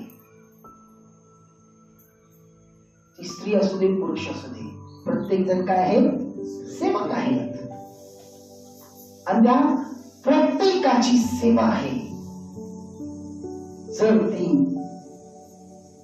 आई आहे आपल्या मुलांच्यासाठी, आपल्या नवऱ्याच्या कुटुंबासाठी, आपल्या नवऱ्यासाठी, ती काय आहे? सेविका आहे. जर तो नवरा आहे तर तो आपल्या बायकोसाठी, आपल्या लेकरांच्यासाठी, आपल्या आई बापासाठी तो काय आहे? सेवक आहे. सेवक आहे. ही सेवा आधी करायला शिका. प्रभू येशू ख्रिस्ताने हे दाखवलेले आहे. त्याच्या जीवनावर मदत करा. तो जन्मापासून 30 वर्ष तो जनिक आई बापाच्या सेवेत होता. तो त्याच्या कुटुंबामध्ये वडील मुलगा होता. त्याच्या आई बापाचा एकच होता तो जनिक आई बापाचा. परंतु त्याला आणि चुलते, काय म्हणतात त्याला, मावसे, कझन्स वगैरे भरपूर होते. आणि त्याचा जो बाप होता तो सर्वात मोठा होता, योसेफ. खरा इतिहास काढून बघा. आणि ज्या वेळेला येशूचा जन्म झाल्यानंतर, मला वाटते 15 वर्षानंतर त्याचा बाप मिळालेला आहे, योसेफ. आणि पूर्ण जबाबदारी येशूच्या खांद्यावर आलेला आहे. आणि येशू प्रामाणिकपणे त्या गोष्टी पूर्ण केला. वयाच्या 30 वर्षापर्यंत. किती? 30 वर्षापर्यंत. आणि त्या प्रामाणिकपणाकडे बघून देवाने बघितलं, हा प्रामाणिकपणे सर्व व्यवस्थित केलेला आहे, व्यवस्थित तो सर्व मार्गाने लावलेला आहे. देवाचा त्याच्यावर विश्वास बसतोय. आणि मग पिता त्याला म्हणतोय, जगाच्या कार्यासाठी त्याला बोलवतो. देवाचा पुत्र, देवानी देव, तो पवित्र आत्म्याच्या स्वरूपाने जन्मलेला, पण त्याच्यामध्ये नम्र आणि दीनता किती आहे. जेव्हा देव बोलवतो त्यावेळेला तो येतो कसा? एक ऑर्डिनरी पर्सन, म्हणजे एखाद्या साधारण व्यक्तीसारखा येतो. आणि योहानाच्या हाती तो बाप्तिस्मा घ्यायला जातो. योहान त्याच्याकडे बघितल्यानंतर तो ओळखतो, कारण योहान पोटात असतानाच त्याला ओळखलेला होता. ज्यावेळेला मरिया त्याच्या आईकडे जाते भेटायला, तो उड्या मारतोय आनंदाने. आणि या ठिकाणी जेव्हा योहान बघतोय, तो म्हणतोय, मी तुझ्या हातून बाप्तिस्मा घ्यावा आणि तू माझ्या हातून कसं काय घ्यावं? नाही, माझी तर योग्यता नाही तुझं पैतान सोडवायचं. पैतानाचं बंद सोडवायची माझी योग्यता नाही. योहान किती लीन झालेला आहे. येशू म्हणतो, आता हे होऊ दे, कारण तुला आणि मला मिळून हे पूर्ण करायचं आहे. आणि मग तो आपलं जीवन त्याच्या हाती समर्पण करतो. म्हणजे कोणतं जीवन? जनिक जीवन. हॅलो, बाप्तिस्माचा तो प्रत्येक संदेश आठवा. ज्यांनी शखायनामध्ये बाप्तिस्मा घेतलेले आहे, कारण शखायनामध्ये अजून बाप्तिस्मा दिला जात नाही. त्याची विधी असते, पूर्ण पाळते आपण. तर तो जेव्हा पाण्यात बुडला, म्हणजे जनिक जीवन, जनिक विचार बुडवला, आणि वर आल्यानंतर 4 वर्ष परमेश्वर या पृथ्वीपासून रुसलेला होता. कारण पृथ्वी काय होतं? खूप परमेश्वराच्या इच्छेनुसार चालत होतं, खूप कर्म करत होतं, म्हणून देव रुसलेला होता. खूप पाप केलेले होते बघा, उत्पत्तीपासून मलाखीपर्यंत. आणि मग 4 वर्षानंतर ते प्रसन्न झालेलं आहे. आणि म्हणून बायबल म्हणते आकाश उघडण्यात आला, कबुतरासारखा पवित्र आत्मा त्याच्यावर येताना योहानाला दिसतोय. आणि मग आकाशातून वाणी येते, हा माझा पुत्र मला परमप्रिय आहे. येशू या ठिकाणी आपल्याला शिकवतो, आपल्याला परमप्रिय व्हायचं आहे, पित्याचं, जगाचं नाही. आपण आजकाल जगाच्या सर्टिफिकेट साठी खूप विचार करत असतो. लोक मला असं बोलतील, लोक मला तसं बोलतील, लोक मला हे करतील, लोक मला ते करतील, त्याला कसं दुखवायचं, त्याला कसं हे करायचं. म्हणून राहू दे, रविवारचा ते येणार आहे तर आपण गेलो, ती काय म्हणतील, लॉक करून गेलेला आहे घर बघा. त्याला काय म्हणायचं ते त्यांचं प्रॉब्लेम आहे. माझा देव माझ्याबद्दल काय विचार करेल हे माझा प्रॉब्लेम आहे. हा विचार करा. मी काय म्हणतोय समजते? आणि मग तो म्हणतो हा माझा पुत्र मला परत. आणि मग सैतानाला कळते की हाच तो देवाचा पुत्र जो मला संपवण्यासाठी आलेला आहे. तो शोधत राहिला, ढूंढते रहे जाओगे मगर मिलेगा नहीं. मग त्याला कळते हाच तो, आणि त्याच्या मागे लागतोय. म्हणजे येशू गेल्या जे उपास प्रार्थनेला आलेले तुम्हाला माहिती आहे, पान मारणं कशासाठी आहे. मग येशू 40 दिवस 40 रात्र पित्याबरोबर एक होता. आणि पिता त्याला शिकवला शत्रूवर कसं विजय प्राप्त करायचं. आणि 40 दिवस तो बाणावर बाण सोडतच होता.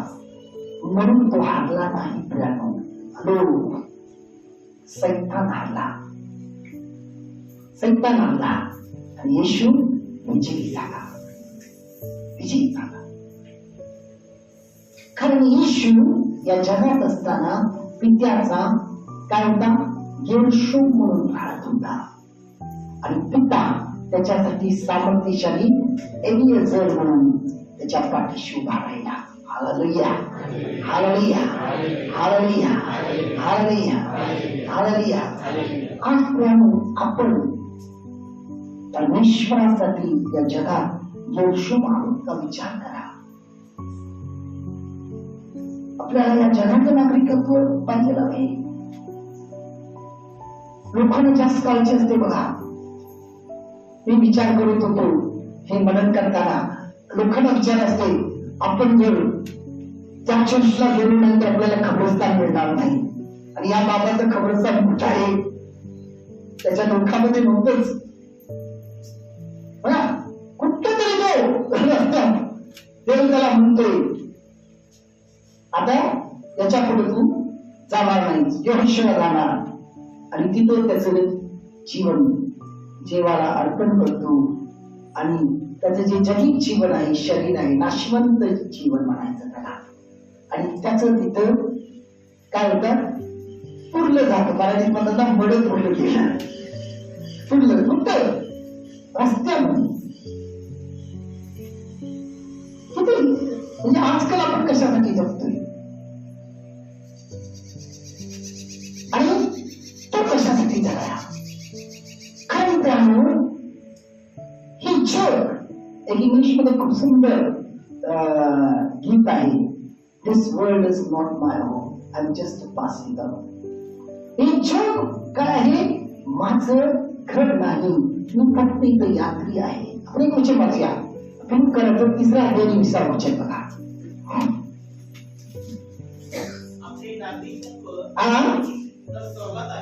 आपलं नागरिकत्व कुठं आहे, स्वर्गात आहे.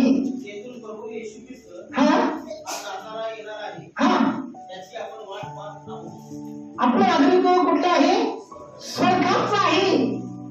तुम्ही ऑर्डनरी व्यक्ती नाही बघा, तुम्ही इथलं नागरिकत्व नाही, तुमचं नागरिकत्व कुठलं आहे, स्वर्गाचं आहे.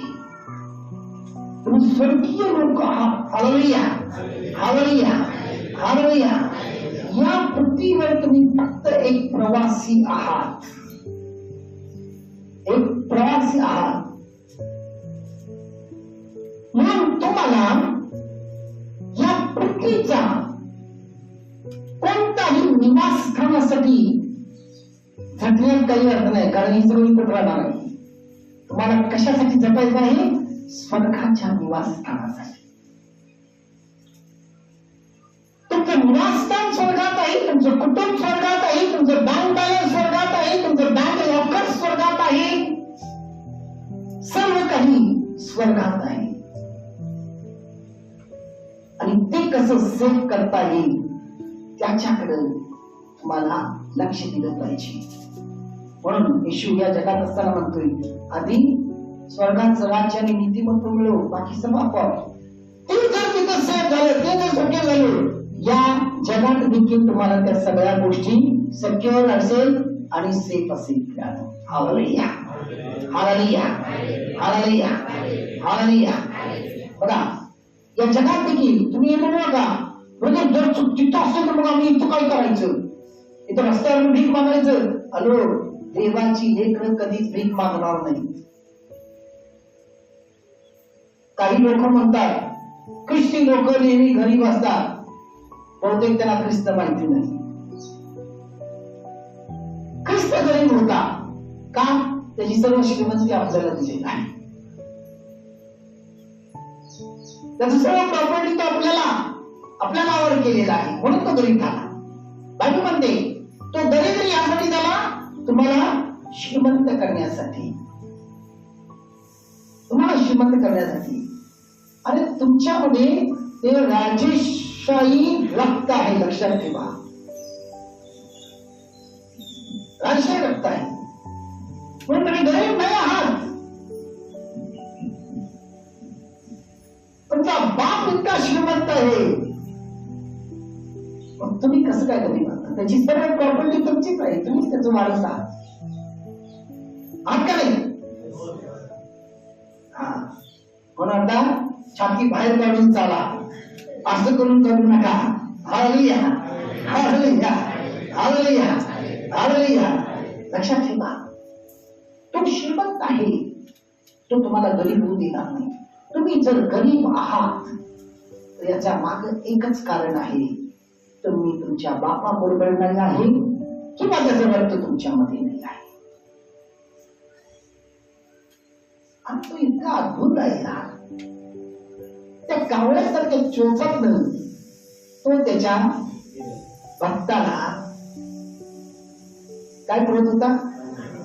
ज्या वेळेला काही होतं अन्न मिळतं बघा, आणि काय होतं? दुष्काळ पडलेला होता, कडक दुष्काळ होता, तो त्याला कुठे ठेवलेला होता? अशा गोळ्यात देऊन ठेवला जिथे पाणी होत, आणि त्या ठिकाणी थोडा सुरक्षित ठेवला. कोणाला? आमेन. हे तर माहिती आहे. हालेलुया, हालेलुया, हालेलुया. आणि कावळा काय करत होता? रोज त्याच्यासाठी कबाब मिळत होता. हॅलो, मंचुरियन मिळत होता. कारण कबाब खाऊन कुठे बसता? विचार करा, राजाच्या महलाच्या त्या किचनच्या खिडकीवर बसलेला असणार आहे, आणि राजाच्या महलामध्ये राजासाठी जे कबाब चालू होत आहे, तळत असतील किंवा चिकन मंचुरियन करत असतील, जे काही करत असतील, कावळा तिथं. ऍक्च्युली कावळा का निवडलेला आहे? कावळा ही काय होते काय? दुसऱ्याचं हिसकावून देणार आहे. कावळ्याची जात बघा, तो दुसऱ्याचं हिसकावून घेतो आणि हिसकावून खातोय. परंतु या ठिकाणी बायबल म्हणते, जे दुसऱ्याचं हिसकावून खातात आणि हिसकावून घेतात त्यांना मी तुझ्यासाठी पुरवणारा बनवेन. हॅलो, हा परमेश्वर आहे आपला. किती किती मोठी गोष्ट आहे. म्हणून तुम्ही ओळखा तुमच्या परमेश्वराला, त्याला समजा. आणि का जाऊन तिथे बसलेला असेल, बघत असेल, आणि ज्या वेळेला तो शेफ आहे, म्हणजे किचन मध्ये जो काम करणारा जो कुक आहे, तो जवळ त्याला गेला तर तो बघत असेल, आणि इथं मी तांदूळ तेवढं कुठे गेलेलं, इथं मी मंचुरियन तळून ठेवलेलं होतं, कुठे गेलं? इथं पनीरचा टिक्का केलेला होता, कुठे गेला? कुठे गेला? काय झालं? ते कुठे गेलं? एलियाच्या पोटात गेलं.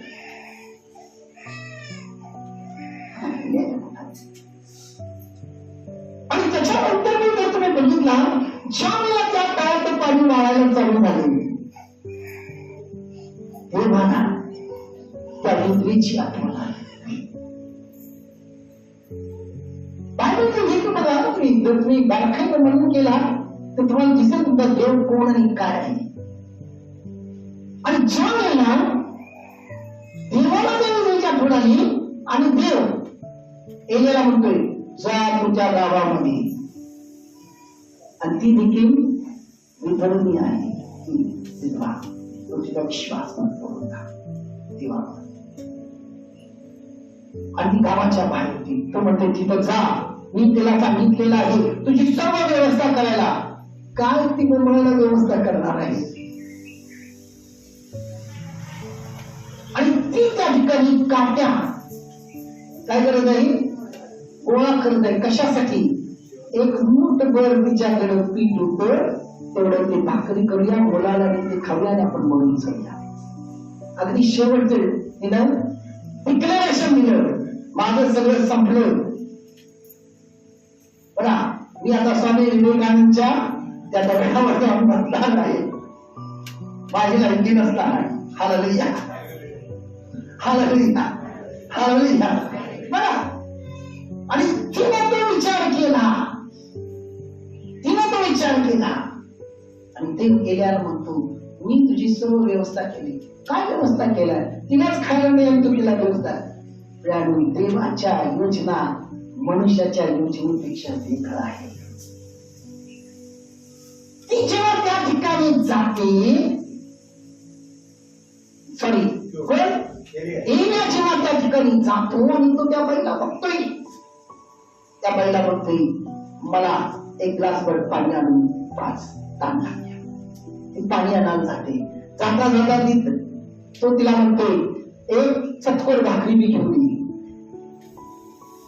आणि मग ती म्हणते बोलून त्याला म्हणजे तुझ्या देवाची शपथ, एक मूठभर फक्त काही पीठ आहे दादा, आणि तेवढ्या जर आम्ही भाकरी खाणार आणि आम्ही मरून जाणार आहोत, त्याच्या व्यतिरिक्त माझ्याकडे काही नाही. आता तो काय म्हणते, तू मरणार असेल तर मर, पण माझ्यासाठी चटकोर आणून दे. तुम्ही आणि मी काय म्हणणार, हा कसला माणूस आहे, मी मारणार आहे म्हणतोय, माझं एवढंच आहे आणि तरी पण म्हणतोय माझा नंबर चटकोर आणून दे. तर देवाच्या योजना समजून घ्या. पण ती बाई कसं म्हणत नाही त्याला, ती जाते आणि ती चटकोर करते आणि पाणी आणून देते. आता आपण बघतोय आपल्याकडे असेल तरच आपण देतोय, आपल्याकडे नसलो तर आपण काय करतोय, माझ्याकडे नाही कुठून ठेवतो, एवढा असू दे संध्याकाळसाठी ठेवायला पाहिजे मला. आणि ती न विचार करता ती आणून देते आणि ते खाते. खाल्ल्यानंतर डकार सोडले असेल आणि ते म्हटलं ह्या आता मग तो तिला आशीर्वाद देते. देवाच्या योजना बघा, त्याच्याद्वारे तो त्या बाईला आशीर्वादित करतोय. कसा? तुझ्या गाड्यातलं पीठ संपणार नाही आणि तुझ्या वाटेतलं पीठ संपणार नाही, आणि त्याच्यानंतर कधीही तिचं संपलेलं नाही.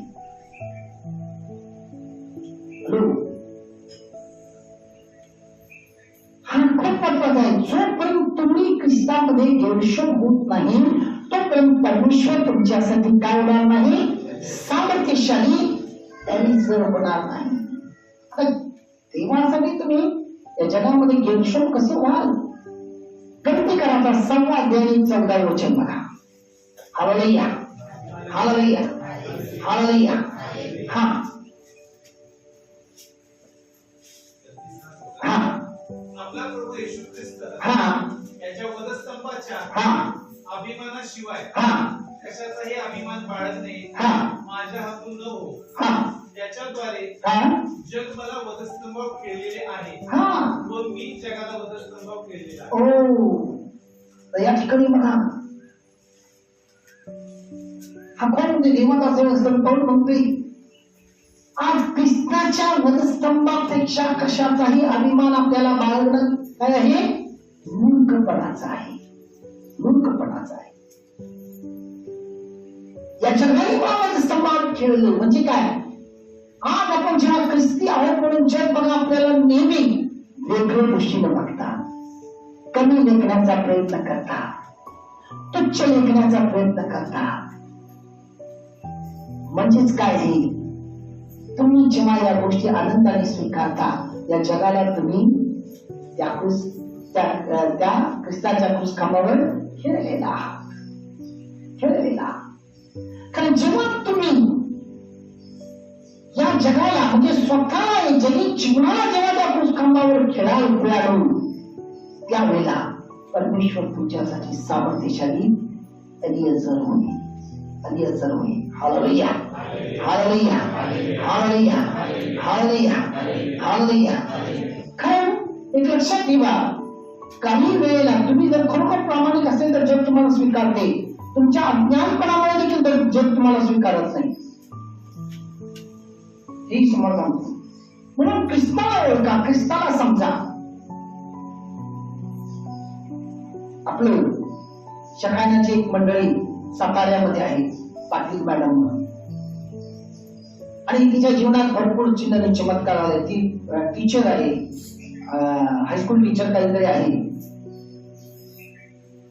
ते गेल्या ह्याला ते घेऊन गेले पूर्ण लोक ते या ठिकाणी त्या उपास प्रार्थनेला देखील ते येत असतात. कधी कधी मला फोन केली आणि तिचा प्रॉब्लेम होता, तिला इतका ताप म्हणजे तापड झाले ते होळीच्या दिवशी कोणतरी तिच्या अंगावर रंग टाकलं, असं झालं तसं झालं हे झालं ते जाता. एवढं कशाने आपण काय आहोत हे समजून घ्या. बायबल स्पष्ट म्हणते, जितकं होईल तितकं सर्वांशी चांगुलपणानं वागा. चांगुलपणानं. कोणाला आपल्याला न्याय करायचा आपल्याला अधिकार नाही. कोणाचा न्याय करायचा, तुम्ही जे न्याय कराल उद्या तुमच्या बरोबर ते न्याय होणार आहे. लक्षात ठेवा, न्याय होणार आहे. म्हणून न्याय कोणाचा करायचा होणार. आणि मी असंच प्रार्थना करून खाली आलो, मी जेवत होतो, जेवण करून तेव्हा बसून तेवढं तिला फोन आला आणि ती खूप म्हणजे काय म्हणतात वैतागलेली होती, असं तसं म्हणून सर्व ऐकून घेतली. आणि ती तिथं प्रार्थना करून चालू होती. सगळं झाल्यानंतर मी तिला म्हटलं, मॅडम तेवढं टेन्शन घ्यायचं काय करायचं, इग्नोरेंट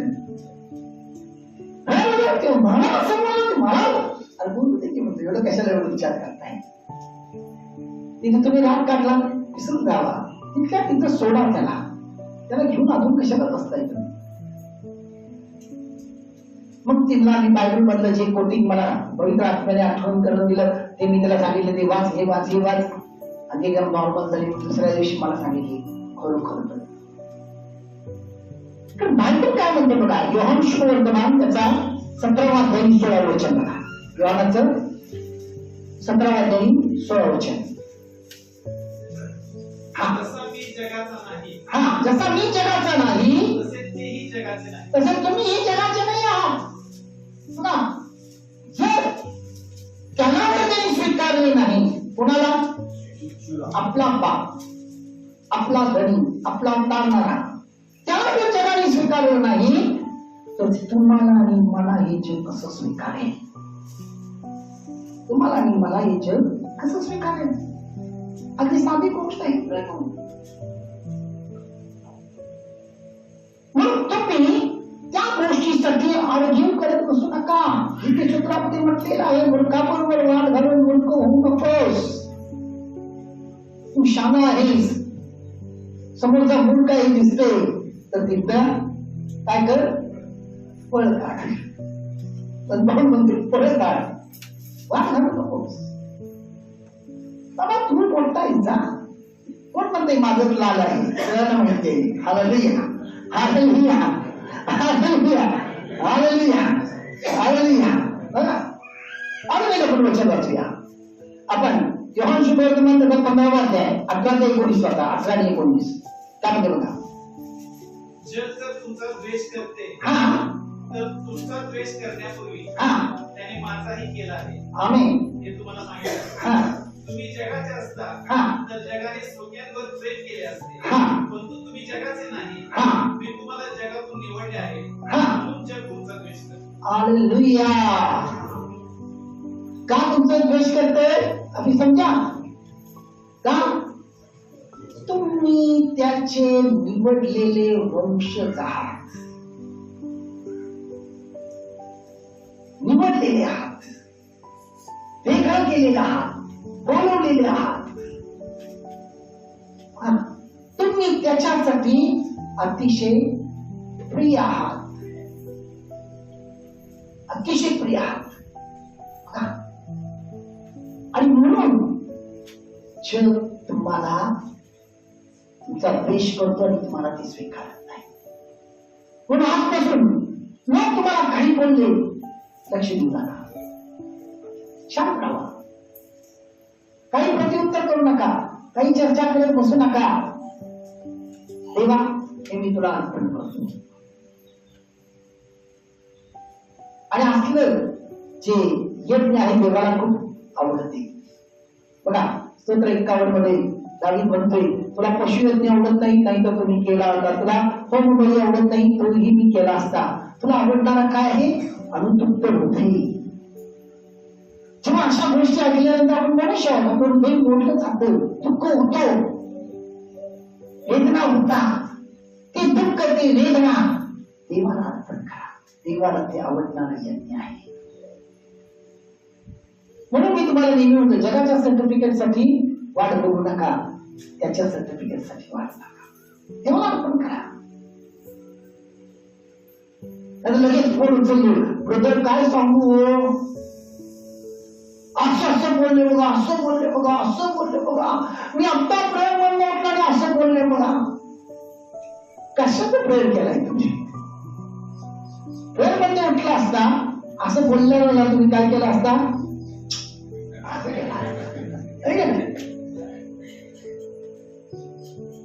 आणि प्रेम म्हणून उठून तुम्ही या म्हणजे तुम्ही काय प्रेम केलेलं नाही, खोटं बोलताय. तुमची प्रेम थोडणार नाही.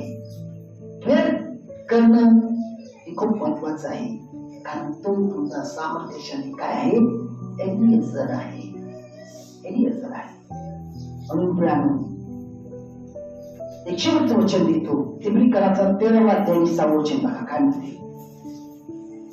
हालेलुया, हालेलुया, हालेलुया. हा हा आपण धैर्याने म्हणतो, धैर्याने म्हणतो, प्रभू मला सहाय्य करणार आहे, प्रभू मला सहाय्य करणारा आहे, मी भिणार नाही, मी भिणार नाही. मनुष्य माझे काय करणार, मनुष्य माझे काय करणार.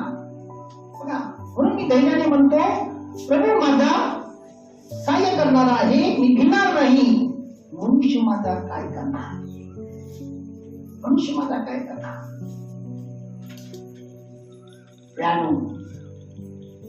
जर तुम्ही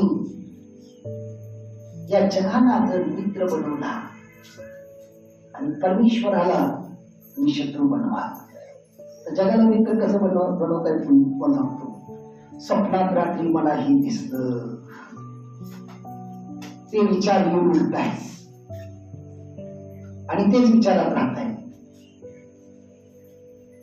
परवा तिनं आली, असं असं करून असं असं करून बघा.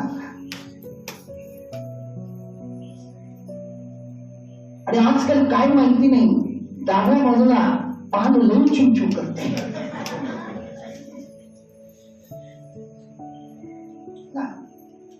आणि यांचं प्रगतीकरण देणारी लोक बी आहेत ना, चांगलं तुझ्यावर लोक नाही चालतात, जबरदस्त कमी, जबरदस्त. आणि म्हणतात ते देवाचे सेवक म्हणतात, त्याला माहिती नाही जबरदस्त कोण आहे, आणि त्याच्याशिवाय जबरदस्त आहे ना जगात कोण. मग जबरदस्त कसला, जबरदस्त कमी. आणि वर्ण म्हणतात, मी तुझ्या घरी येऊन प्रार्थना केलं का नाही सगळं निघून जाईल. आम्ही 10 लोक येणार आहे आणि त्यामधून 5 व्हेजिटेरियन आहेत आणि 5 नॉनव्हेज आहेत, आणि मग मेन्यू सांगतील काय काय करणार आहे, काय काय करायचं ते मेन्यू सांगतील. व्हेजिटेरियन लोकांना असं असं करा आणि नॉनव्हेज लोकांना असं असं करा. आणि कधी कधी येताना तुम्ही 10 लोकांचं जेवण करा, पैसे नसेल कर्ज काढून करा, कारण देवाची दुःख येणार आहे. देवाची लोक खाताना नसतात, लक्षात ठेवा. आणि येताना म्हणतील तिघच येतील, बाकीचे कोण काय त्या येऊ शकले नाही, पुढच्या वेळेला येतील. आम्ही तिघं आलोय अर्जंट, कारण आम्हाला येणं गरजेचं होतं म्हणून आलेलं आहे. आणि काहीच निघालेलं नाही. उगाच ते येऊन गेले, तुमचा कर्ज वाढला आणि वरनं काय वाढलं, जे पूर्वी होतं त्याच्यापेक्षा जास्त झालेलं आहे. मग तुम्ही पुन्हा जाऊन म्हणताय काय करायचं आता जास्त. हा होणार, मला माहिती होतं ते होणार आहे, जास्त होणार माहिती होत. आता आम्ही सगळी ठाण आहे, आता 20 जण येणार आहोत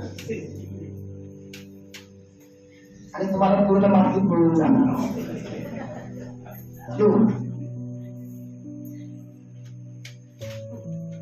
म्हणून तुम्ही त्याला ओळखा,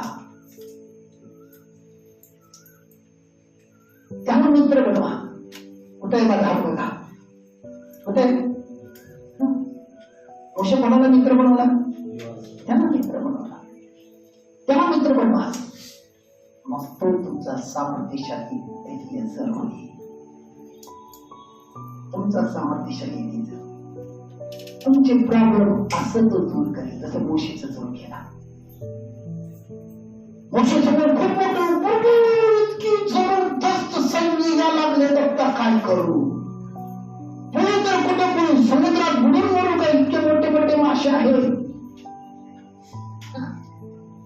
देव म्हणतोय तुझ्या परिस्थिती देणार नाही, कशाला काळजी करतेस काय. पण 1791 मध्ये काय म्हणते, तुझ्या बाजूस सहस्त्रवधी पडेल, तुझ्या उजव्या लक्षावधी पडेल, तरी ते भेटणार नाही.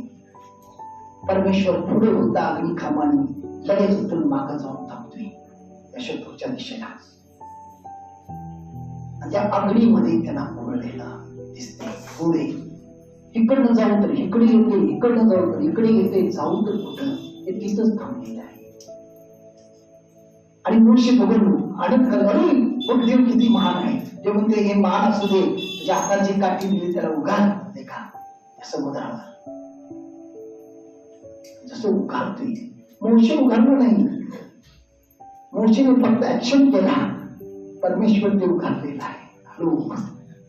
आणि समुद्र तो बाहेर लागलेला. लोक काय म्हणतात ईश्वरा, वारा देखील ऐकतोय, समुद्र देखील ऐकतोय, कारण निर्माण करता जेव्हा एलोहिम किंवा आहे त्याचं ऐकलं नाही तर कोणाचं ऐकणार आहे, कोणाचं ऐकणार आहे. उघडला गेला, वाळवी जमीन झालेली आहे, त्यामध्ये चालत जाणार. आणि जसं ते समुद्र पार झाले तसंच ती आगून त्या शत्रूच्या पुढून निघून पुन्हा देवाच्या लोकांच्या पुढे जाऊन थांबते. आणि मग ते आज्ञा लागली. ही मी का बोलतोय तुम्हाला म्हणता, आपण आहोत तसंच. तो का काढून घेतला ते, मग परमेश्वर मोशेला मोशा, हे रथ, हे घोडे, ही लोक तुझ्या दृष्टीत पुन्हा कधी पडणार नाही, कधीच पडणार नाही. उदाहरण काढली, सगळ्यांना जलसमाधी दिला, हा तो तुमचा परमेश्वर आहे. आज बघा हा नवीन महिना आहे, पहिला रविवार आहे. आज परमेश्वर म्हणतो मी तुमचा काय आहे, सामर्थ्यशाली एलिएझर आहे. जर तुम्ही माझे गेर्शोम असाल तर, जर तुम्ही आज ख्रिस्ताची गेर्शोम झाला तर तो तुमचा एलिएझर आहे. मला काही करायची गरज नाही, म्हणून फक्त त्याच्यामध्ये राहून त्याला उंचवत राहा. हालेलुया, हालेलुया, हालेलुया, हालेलुया. यावेळेला आपण सर्वजण उभं राहूया.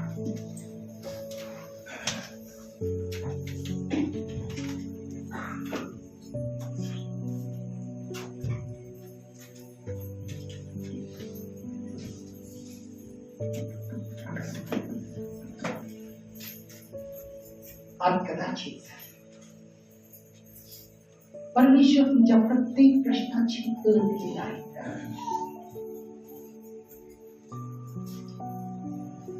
तुमच्या मनातलं प्रत्येक भय, तुमच्या मनातलं प्रत्येक संशय, तुमच्या मनात येणारा प्रत्येक अविश्वासूपणा, नकारार्थी विचार आज प्रभू तुझ्या वचनाचा अंघोळ घालून मला शुद्ध केलेला आहे. तो तुम्हाला हेच म्हणत आहे, तुम्ही जर माझे गेरशूम असाल तर मी तुमचा सामर्थ्यशाली एलियेzer होईल. मी सदैव तुमच्या जवळ राहील, तुमच्या संगती राहील आणि तुम्हाला कोणत्या मार्गाने गेलं पाहिजे त्या मार्गावर मी तुम्हाला चालवेन.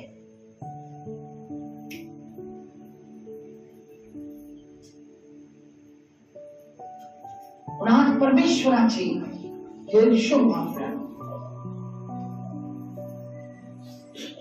कारण त्याच्याशिवाय आपल्याला सोडवणारा कोणीही नाही. आणि त्याच्याशिवाय आपण काहीही करू शकत नाही. लक्षात ठेवा, जर तो आहे तर प्रियानो आपण आहोत. म्हणून सदैव त्याला तुमचा परमेश्वर नाही, त्याला तुमचा मित्र बनवा. मित्र सदैव त्याच्याबरोबर वेळ घालवा, त्याच्यासमोर तुमचं मन मोकळं करा. तुमच्या जीवनात, तुमच्या संसारात, तुमच्या व्यवसायात, तुमच्या कामामध्ये उद्भवणारा प्रत्येक तो प्रश्न जे आहे त्या प्रश्नाची उत्तर त्याच्यामध्ये शोधा. ते प्रश्न त्याच्यासमोर मांडा. तुमच्या शरीरामध्ये असलेली प्रत्येक अधूपणा, प्रत्येक आजारपण,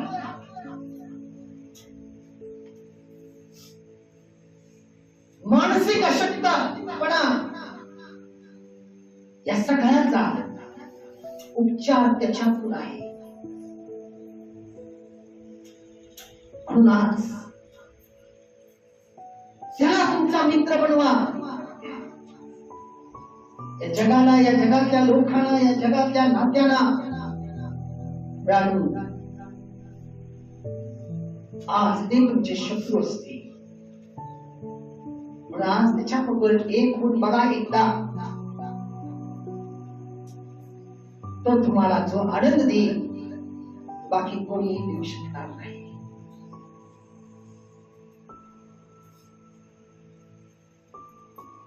आज त्याच्याच वर विनंती करा, मागा, मागा.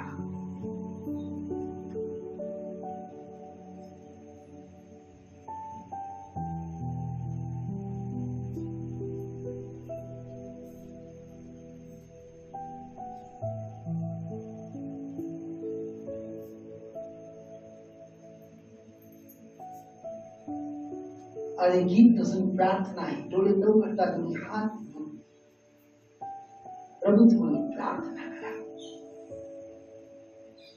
प्रभू मोशेला तुझ्याशिवाय कोणी नव्हता, आम्हाला देखील तुझ्याशिवाय कोणी नाही. आज आमचं सर्व काही तू आहेस, सर्व काही तू आहेस.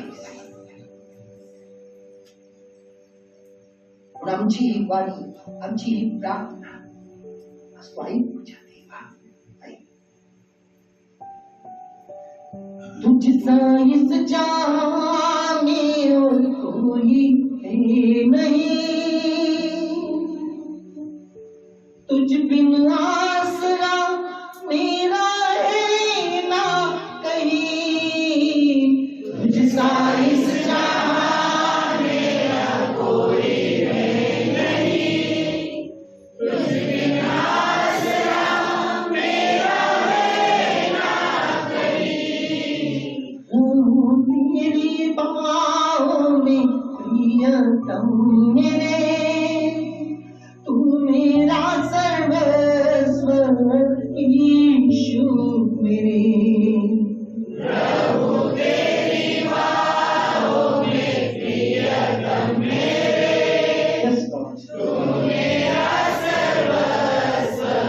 यीशु मेरे आराधना तेरी आराधना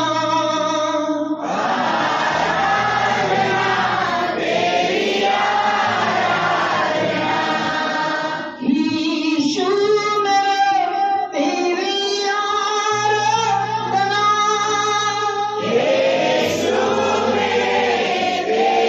आराधना आराधना तेरी आराधना दोनों हाथ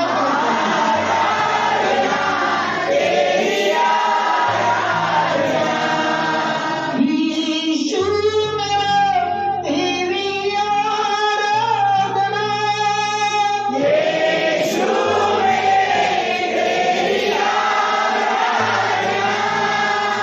अर्पण करता हूँ खुद को हाथों में तेरे दो दे मुझको तू प्रभु वचनों से तेरे अर्पण करता हूँ खुद को हाथों में तेरे Yes, Lord. दो दे मुझको तू प्रभु वचनों से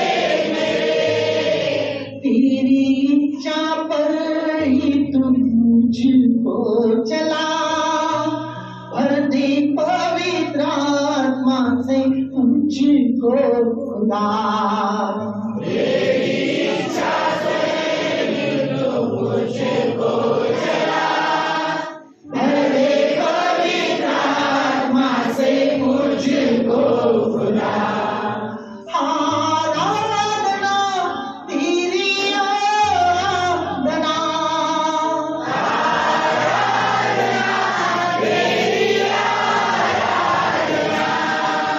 यीशु मेरे तेरी आराधना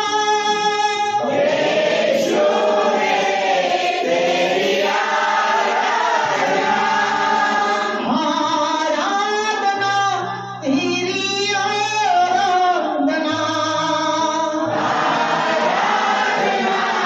तेरी आराधना यीशु मेरे तेरी आराधना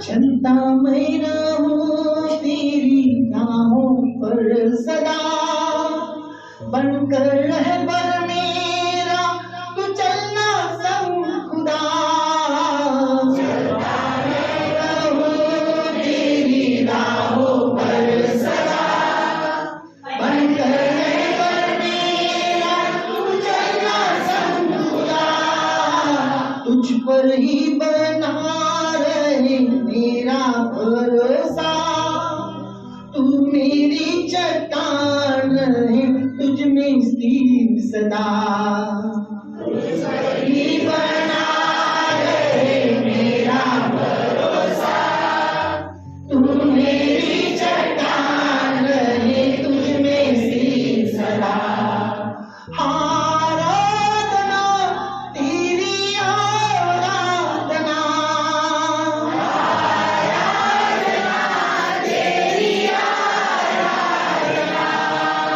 यीशु मेरे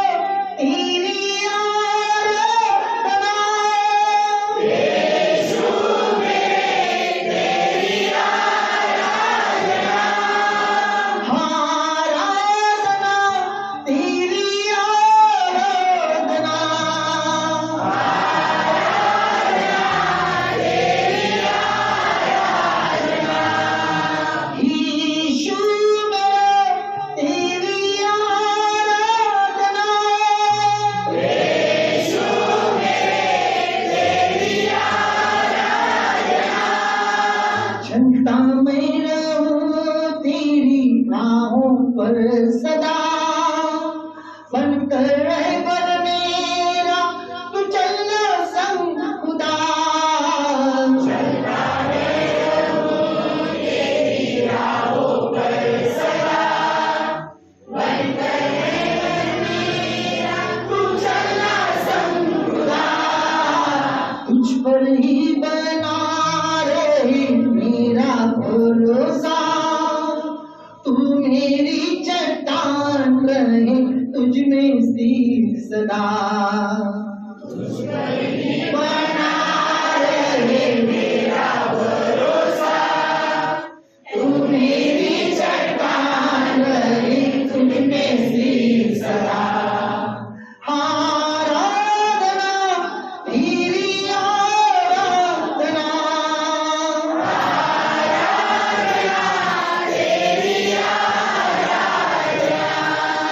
यीशु मेरे तेरी आराधना, यीशु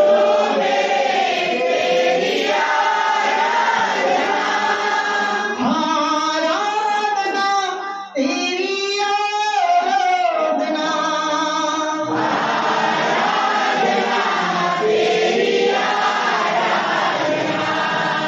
यीशु मेरे तेरी आराधना, यीशु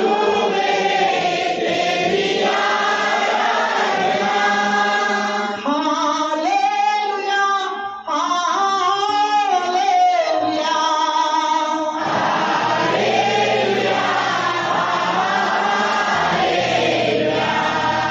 हालेलुया हालेलुया हालेलुया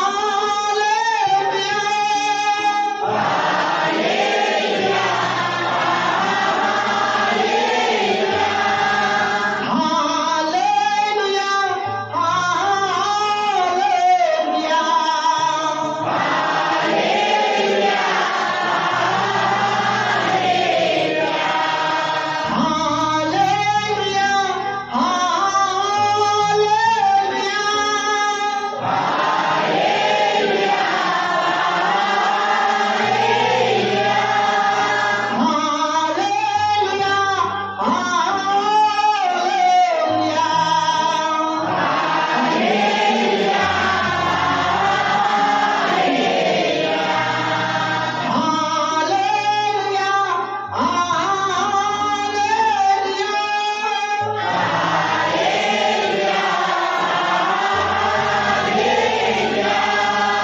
Glory, glory, glory, Jesus.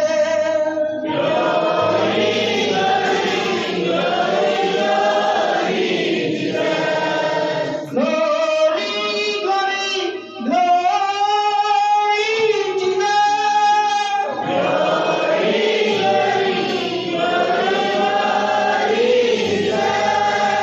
Hallelujah,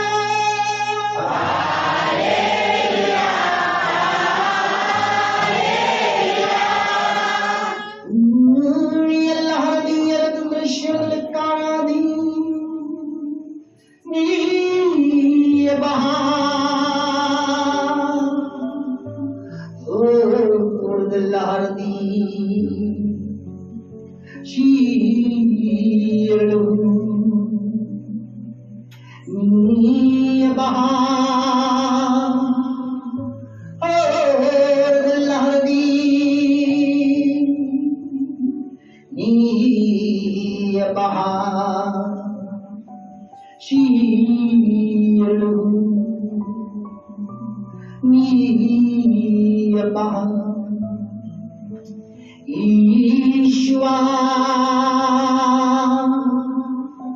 Ishwa,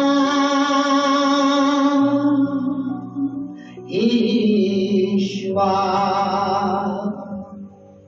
Ishwa, Ishwa. Hallelujah, hallelujah, hallelujah, hallelujah, hallelujah, hallelujah. Hallelujah. Hallelujah. Hallelujah. Hallelujah.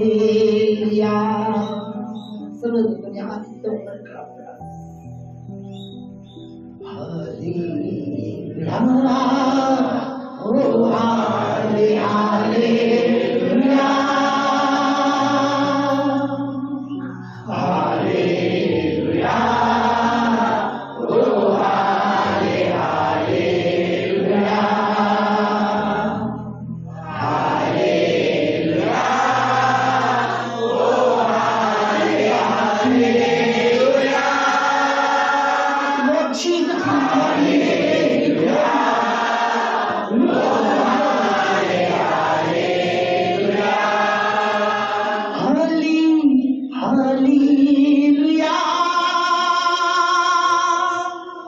haleluya,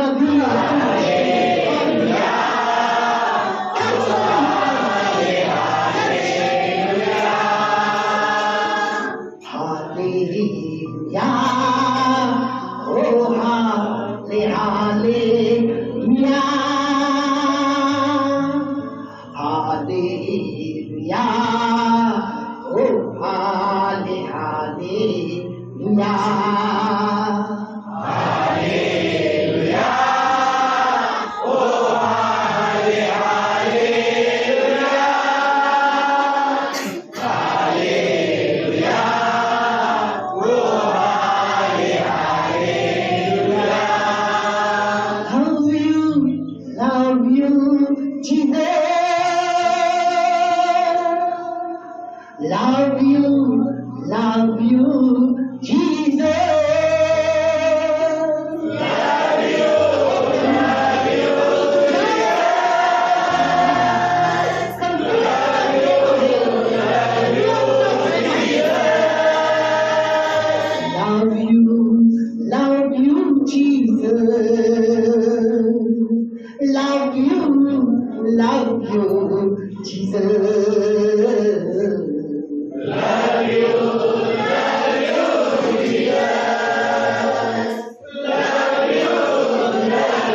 Hallelujah.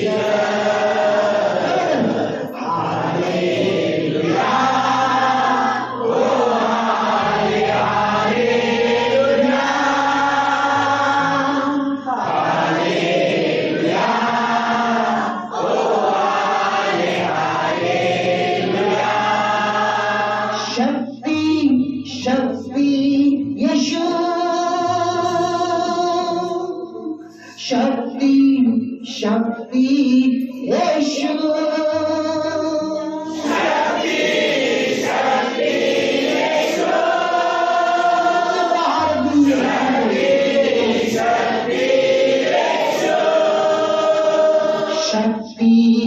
शक्ति येशू शक्ति शक्ति येशू